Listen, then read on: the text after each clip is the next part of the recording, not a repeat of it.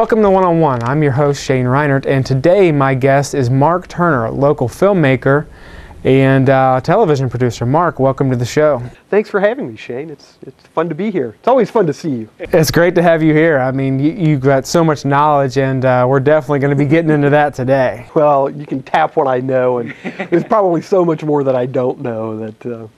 And I think that's one of the beauties of this industry is you're always learning something. Mm-hmm. I mean, I know some of the projects you do independently, as well as the stuff that a lot of the stuff I work on. I'm always learning new things. I've learned, how the banking industry worked for a client. I mean, inside and out. I learned all about real estate. I've learned about medical things. You're constantly learning things and doing something different all the time with it. So while the technical stuff changes with the equipment, the basics of a production are always the same, but the meat of it, what it is you're coming across with, you as a producer or director or especially writer have to understand that explicitly, or else it's not going to come across to the viewer. Mm-hmm. Now, Mark, what got you interested in television and film? When did it start for you?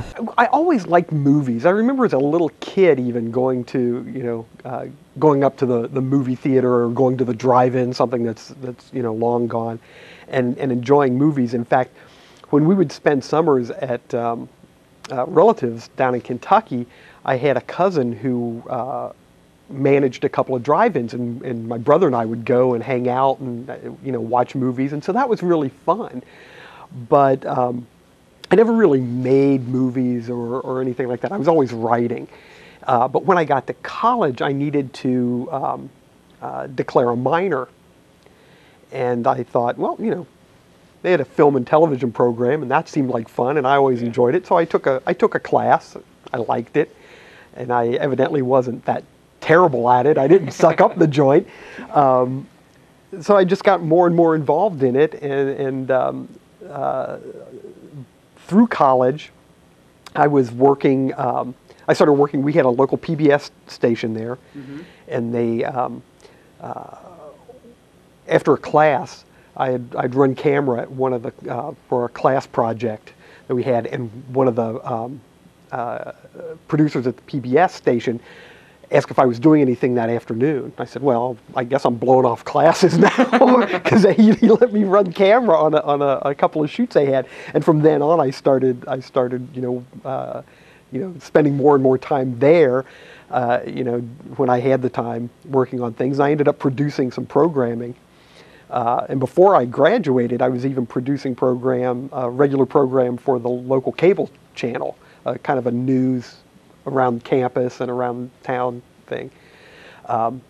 Then I had one of my film professors had gotten a grant to do a documentary. He found this old gentleman way down in the hills of Kentucky who made dulcimers by hand, and evidently people from all over the world would come and he would make these dulcimers. Well, my professor got a grant, and he asked me if I would help him out with that, and I ended up helping him write it, and did a little bit of everything on it, including schlepping 60mm cameras, film cameras, up the hills in Kentucky. I mean hills, big ones, to get shots and stuff. And then when he left, after, right before I graduated, he left, and about 2 years later, I got a phone call from him through my parents' house, because that was the number he had. And he and a couple of his friends were starting to do documentaries in LA, and he called and asked if I wanted to come out and help. And, what 23-year-old kid isn't going to jump at the chance to go to LA with a paying job in the movie? So that's really how I really got my feet into it. Boy, that seems like that college, that just opened the door right for you. Absolutely. I'm a huge fan of education. Mm-hmm. Always have been. I know you can, teach yourself a lot of this stuff, especially in this business. These days there's so much online where you can learn. And maybe I could have taught myself even back then, some of these things, but I would have never gotten those opportunities. I would have never had, lines on a resume coming out of college where I'd produced at a PBS station, I'd produced a weekly show on cable, and then, helped write and do different things, grip on a documentary film, and then get a job. A lot of times it's those contacts that you make that are as important as what you learn elsewhere. Without a doubt. What makes a good television show or film? I think it has to engage an audience. I think without a good story, and even a 30-second commercial can have a story. Those are the ones you remember. The story can be set up, punchline, boom. Here's the product, buy it. If it's good and people watch it and remember it and get caught up in it, that's what's really going to make it. You can have the most beautiful pictures in the world. If it doesn't grab the audience somehow, it's not going to be a successful program.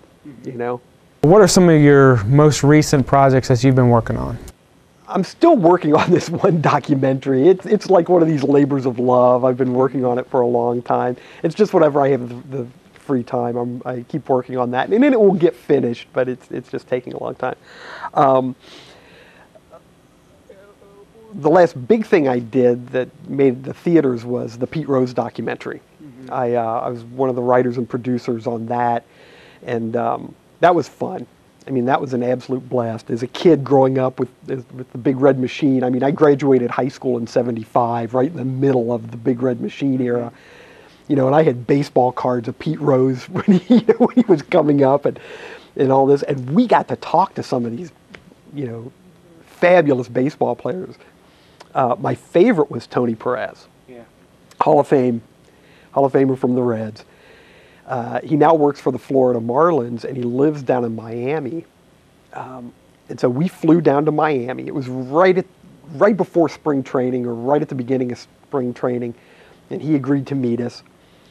And so I'd never met him before.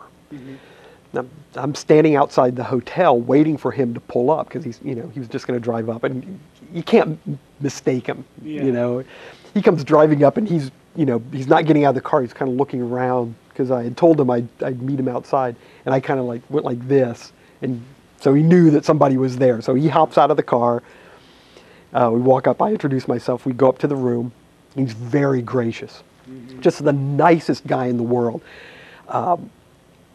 We had him on camera. I mean, we sat him down and probably interviewed him for an hour and a half or something like that. And all he said was he had to get back home by like 3 in the afternoon or something like that. And he kept going, "Is there anything else you need? Anything else you need?" All the time. And he told some really funny stories, some that couldn't make the movie, or else it would have been an R-rated movie. Baseball players. After the interview, I'm walking Tony back down, and we're in the elevator.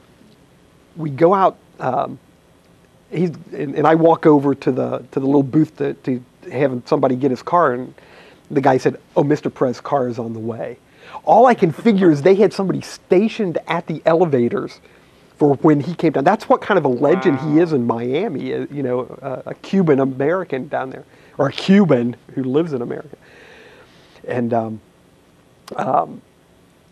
side note to that story. We were shooting an interview with Pete at the Reds Hall of Fame the day that they brought Aroldis Chapman in to introduce him, to the press. Well, they were walking Chapman around the Hall of Fame. We were actually shooting in the Big Red Machine room, if you've been down there. And they brought Chapman in. And, so there's Pete Rose. He's one of the statues there, and all of these things around. And so they're, and I can waddle through a little bit of Spanish, and I really haven't taken Spanish since high school. But my daughter, who was with us as a production assistant that day, is fluent in Spanish. So this translator, through the assistant general manager, is talking to Chapman, and Chapman talks back, and Allie's my daughter's leaning over to me going, He said this, you know. And Allie said it was obvious that Chapman understood more English than he was letting on. Oh, yeah. But, you know, he was, what, a 19-year-old, 20-year-old kid, yeah. scared to death. And they're pointing out all of these, you know, players on the, you know, the statues and the wall plaques and stuff of the Big Red Machine. And he's kind of nodding like, you know, yeah. And they're saving Pete for last, right? Because he's in the room, he's standing there. And they get to Tony Perez, and he said, and Tony Perez, and Chapman, I mean, you could just see it on his face. There was instant recognition. He knew who Tony Perez is, the most famous Cuban baseball player, you know, ever to make it to the big leagues, you know, in the Hall of Fame and all that. And he starts rattling off about stuff. So I told Tony that story as we're going up the elevator, and Tony goes, and this is perfect Tony. I mean, just, and he was sincere when he said it. He goes, "Why would he know me?" You know? It's like, because you're the greatest Cuban baseball player of all time, and he aspires to be in your class someday. Yeah. So that was fun. That was a blast. I mean, meeting all of those ball players and, you know, people who, you know, you go to games and watch, you know, Hall of Famers and stuff. It was a lot of fun. Well, right now it seems like we're in the midst of this DSLR technology revolution. How much has the equipment changed since you got started? Well, as I said, when I was in college, I graduated with my bachelor's in '79 and a master's in '81. And we actually shot film back then. I mean, film was a prevalent thing, even for television stations at the time. It was on its way out, but, you know, there used to be the old thing, you know, film at 11. The 6 o'clock news would, you know, the anchor would be talking about, you know, this story, there's a fire or so-and-so, film at 11. It's because the shooter was out there shooting, you know, the footage of it. They had to put it in the soup and develop it, and then show it back through a telescene. Well, so, you know, we got used to shooting film, you know, 15, 20-minute rolls of film. We started out with Super 8, you know, so we didn't blow too much money by not getting an image on the film.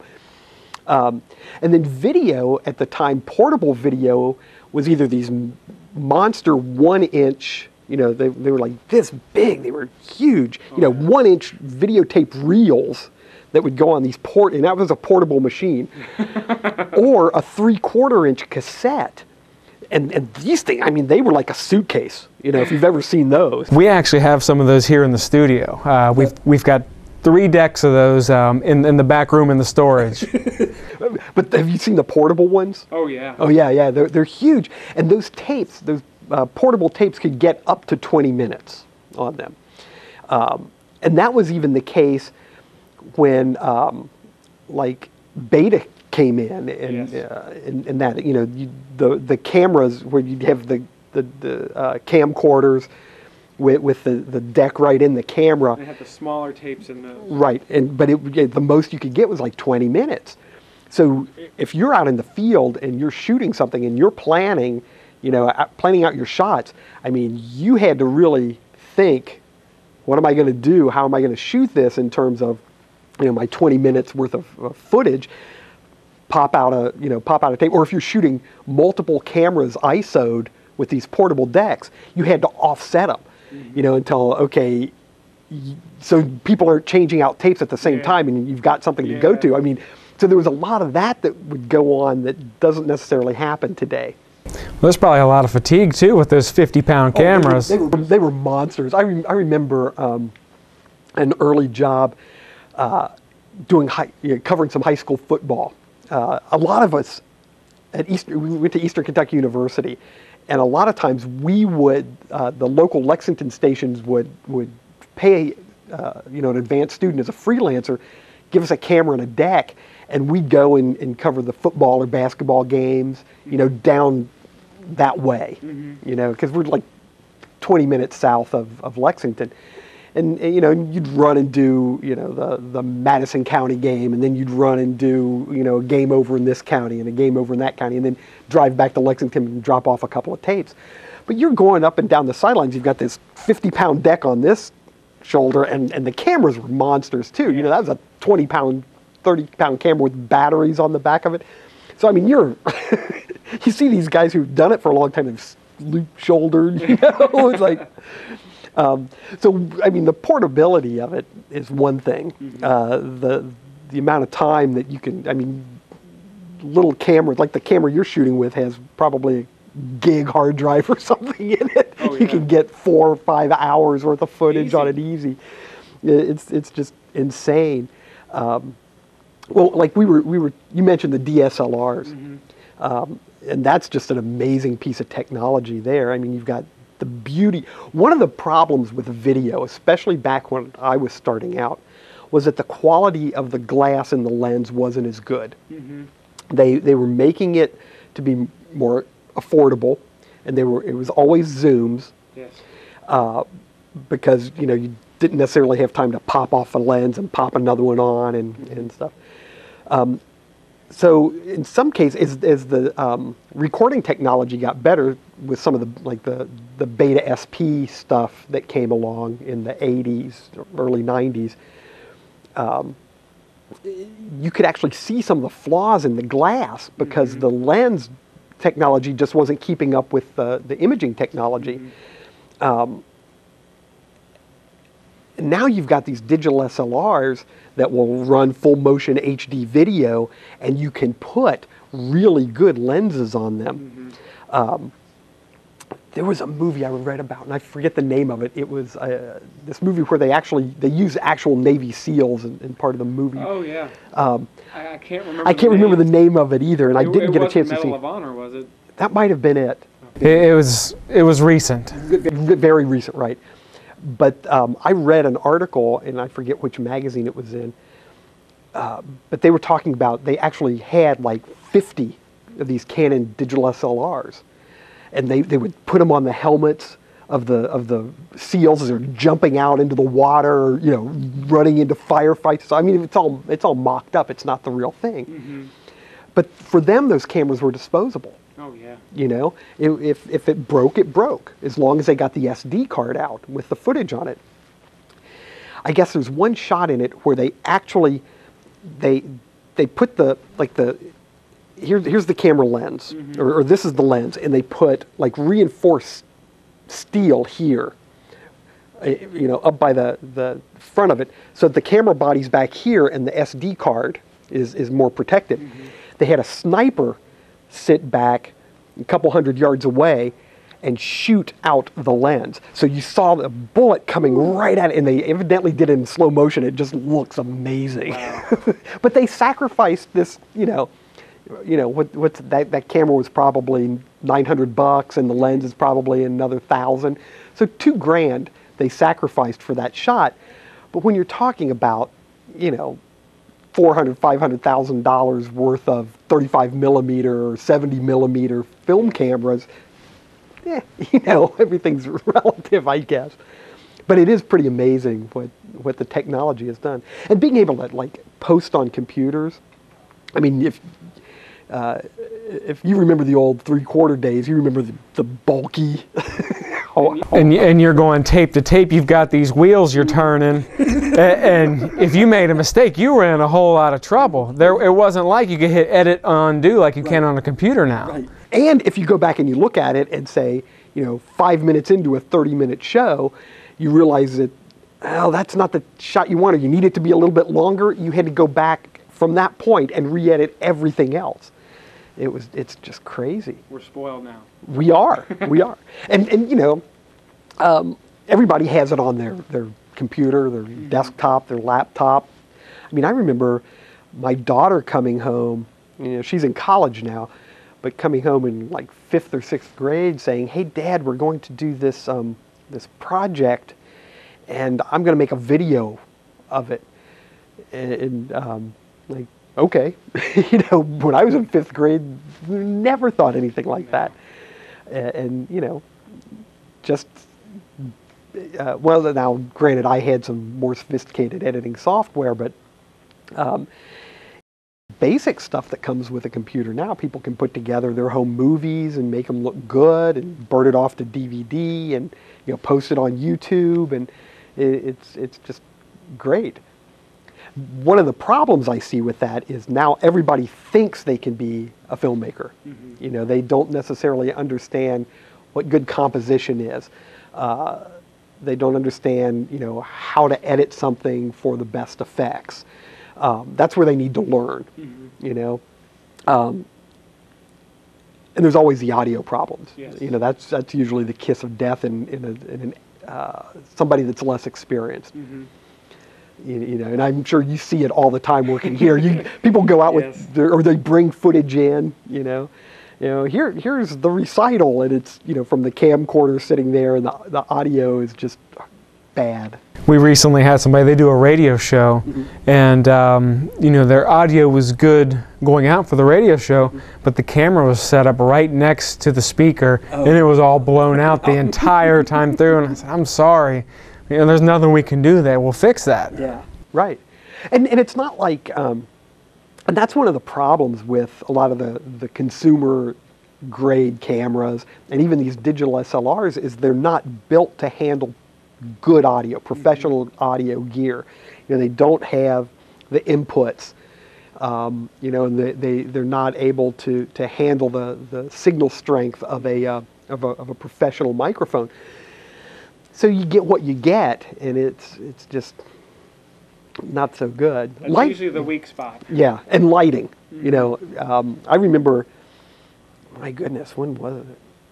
10 years ago, when some of this consumer technology was coming out to the point where everybody said, oh, you can make a motion picture with this stuff, and you don't need lights. Whenever somebody goes, you don't need lights. There is no such thing. Even with the newest cameras, if you don't have professional lighting, you know right away whether it's professionally done or not. Right.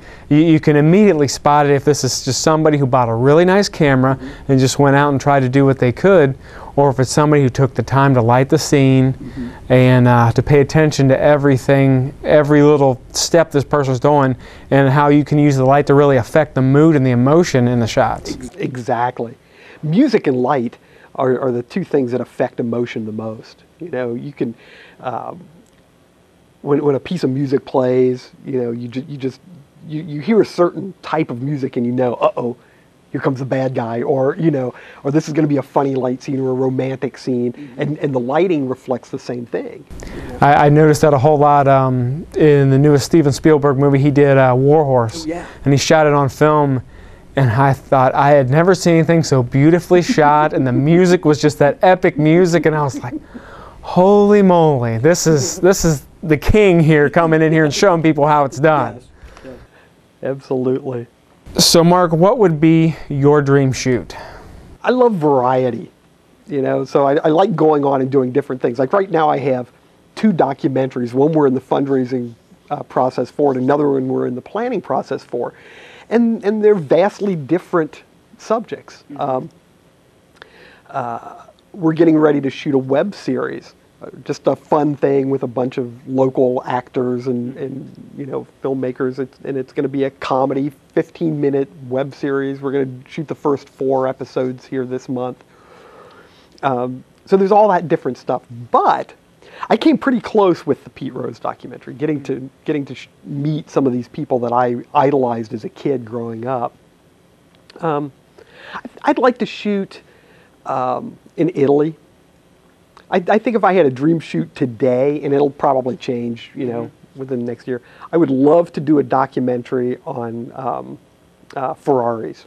That would be a good one to do, and I'm sure that if you got the chance to go there and shoot in Italy, I'm sure they could use the publicity and the money right now with the way their economy's going. Absolutely. But I mean, just think about it. If you're shooting it, of course, I would have to drive the Ferraris.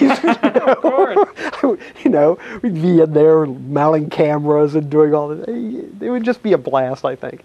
Oh, definitely. As far as your web series you're going to do, how many episodes are you going to do to that, and what is your ultimate destination? Are you going to YouTube? Do you have a website set up where it's going to be? Well, I'll answer the second part first. Both. Okay. The idea is we're shooting 4 episodes, and we're going to put it out there, and then start getting some, you know, grassroots momentum, building, get the word out about it. Then we're going to go the crowdsourcing route, like an Indiegogo or Kickstarter. We haven't decided where we're going to go yet. Just so that everybody, so that I'm not paying for everything out of my pocket. Yes. You know, I mean, you have 20 people on set and it comes to be lunchtime, somebody's got to pay for it. And, you know, you can't ask these people to work for free and also, you know, pay for their own meals too. Yes.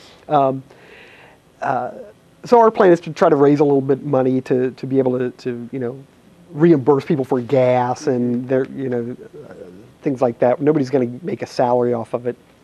Though that would be fun.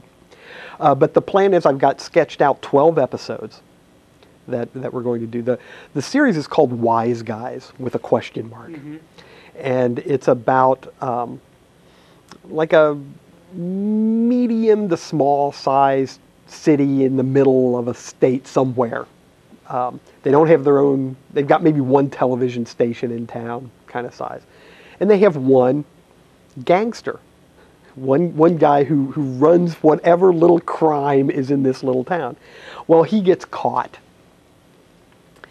You've got a group of recent college graduates who are gamer fanatics and don't want to grow up. They don't want to get a job. They don't want to do anything. So they decide that since they know every mob movie ever made, and they play all of these video game, you know, gangster video game things, that they can take over the local mob. And they fail miserably in every step of the way.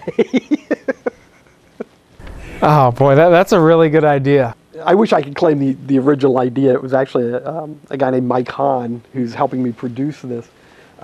Like one of the episodes that we're going to be shooting, they decide they're going to run a protection racket on the local businesses. And so we see this whole series where they're getting beaten up by local business people, even, you know, to the point where somebody's chasing them out of the pet store with a dog bone, you know, a dog toy, chew toy thing. So it's just fun stuff like that. It should be a blast to do. What inspires you when you go to do a project? What's that inspiration? I think if it's something I've not done before, something that you know, I would like to do, or something and I know you've probably had this where you sit there and go, you know, you get that somebody says, hey, well, like this one documentary we're working on now. I met this guy through another friend. He's 29 years old. He's been nominated for like this real estate magazine, you know, 30 under 30, and I think he was named one of them. You know, self-made millionaire, has all of this rental property, buys and sells land and all this stuff. You know, nice guy. Then I find out when he was 21, he was diagnosed with brain cancer. Wow. And not a lot of people who know him now, I mean, his longtime friends and family obviously know this. He beat it. And he puts back a lot of, like he has a couple of properties that he keeps. If he hears about somebody that's down on their luck, that's had any kind of medical problems where they may have lost their home, he puts them up for nothing. Wow. You know? He has this really biggest house up in the north part of town. And he will have fundraising parties there. Like he did one where proceeds of it went to returning vets, you know, some veterans organization, and he picks different ones, you know, all the time. He's doing a big thing that's going to help the Arthritis Foundation in conjunction with Concours d'Elegance next month, up in the big car show. Okay. That they're a big supporter of the Arthritis Foundation. So he's doing that kind of stuff. He's really giving back. I mean, he's a successful guy. Nothing wrong with that, but he's truly giving back. And I'm thinking, you know, that's a good story right there. Yeah. That's a good story. And so that kind of stuff inspires me. That's incredible. What advice would you give to someone who was interested in going into a career in television and film? Do it. You know, start making your little movies now. Don't be afraid to make a mistake. I've made every mistake they're ever going to make, and then some. seek out somebody who's been doing it for a while, a mentor kind. If you get an opportunity to do an internship or just to show up on a set and watch things be done, do it. There are some really cool videos that you can find on YouTube. You know, even down to like how to build your own dolly for $20, or you know, how to do this and how to do that, how to make zombie makeup, how to do, you know, whatever. Watch those, and watch a lot of them, you know. But watch movies and watch good TV shows. But make sure they're the good ones. Not reality TV? Not necessarily. Though I mean, there's a lot to reality TV. I mean, how they build the suspense from, and tell a story from pretty much boredom. What was it Hitchcock said? Movies are just reality with the boring parts taken out. Yeah. You know, well, they don't take the boring parts out of reality television per se. And you don't have to like the movie to get something from it. I think everybody should watch Citizen Kane. It's an old black and white movie. Nothing blows up. You know, one guy dies, and he dies at the very beginning, and then you go back and you see his life story. You know, how boring is that for today's audience? Oh, yeah. But watch the shots. Watch how it's edited together. Watch how that story is told. You know, because it is the story that's going to be what propels you and sets you apart from, you know, the other 8 million people out there making their own little movies. So you're saying try not to make the Expendables? Yeah, try not to make the Expendables. I know that's real popular right now, all the explosions and everything, but you just sit down and you really pay attention when a movie has just a real story and it draws you in. Even if the budget is not the biggest, if they're telling the story, you're going to be drawn in, and they're going to get a real good hold on you. And there's very few stories that I see now that measure up to that. It's really hard to get me into the theater now. Oh, me too. I mean, my youngest son is a senior in high school, and he and a bunch of his buddies are going back to see the Avengers again. He liked it. But you know, he's like, yeah, stuff blows up for no reason. But you know, it's fun. It's a fun movie. When somebody says but it's a fun movie, you know, that's like, you know, saying somebody has a nice personality, I guess.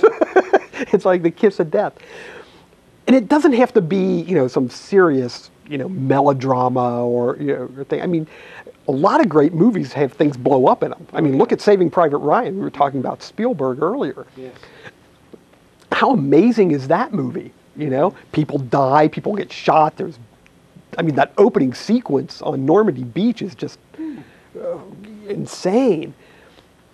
But it's a brilliant movie, and it's great characters, great actors. It's beautifully shot. The editing, the music, every part of that just comes together, you know?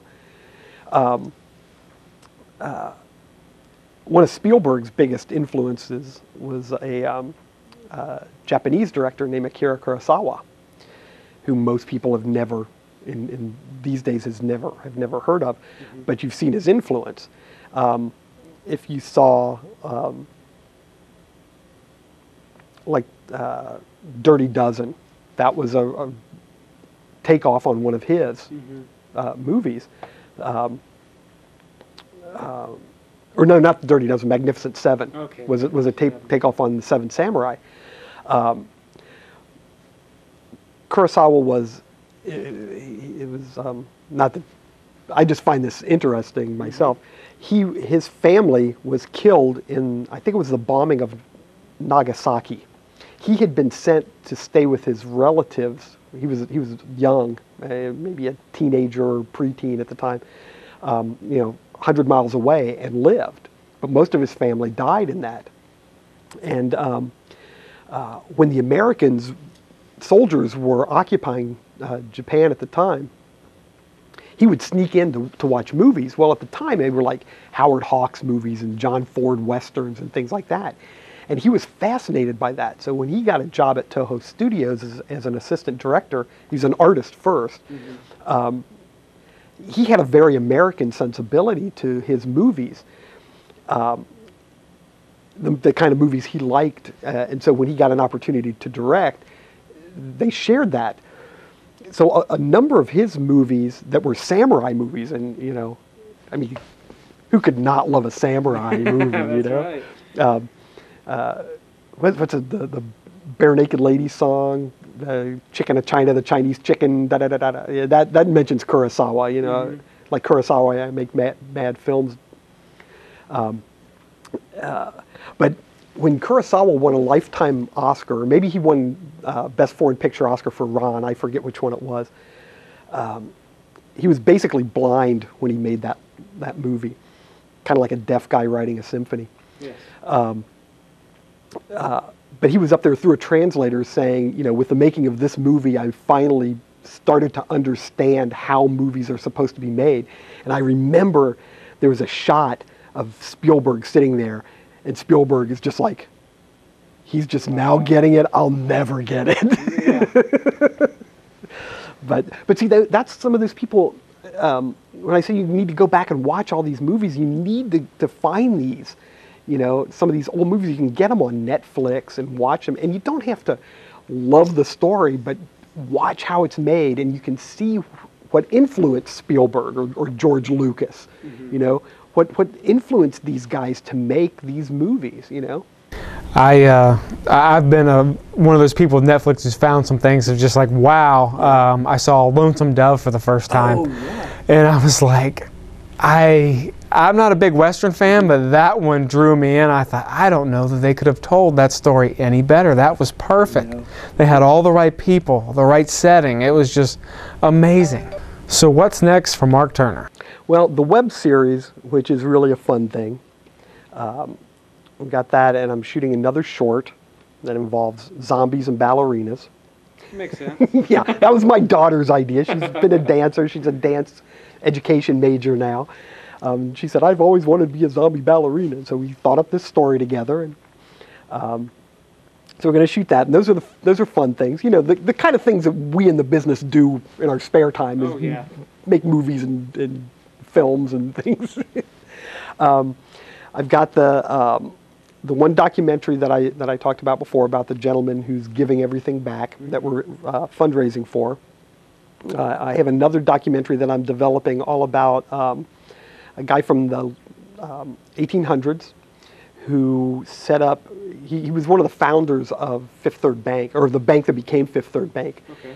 And he set up a couple of funds to help the underprivileged, but also women. He set up the first fund to help women actually go to college. Wow. and stuff. So I mean, he's a very forward-thinking gentleman. So you went, wow, yeah, that's what I did too. So that's what interests me in doing some of those. Mm-hmm.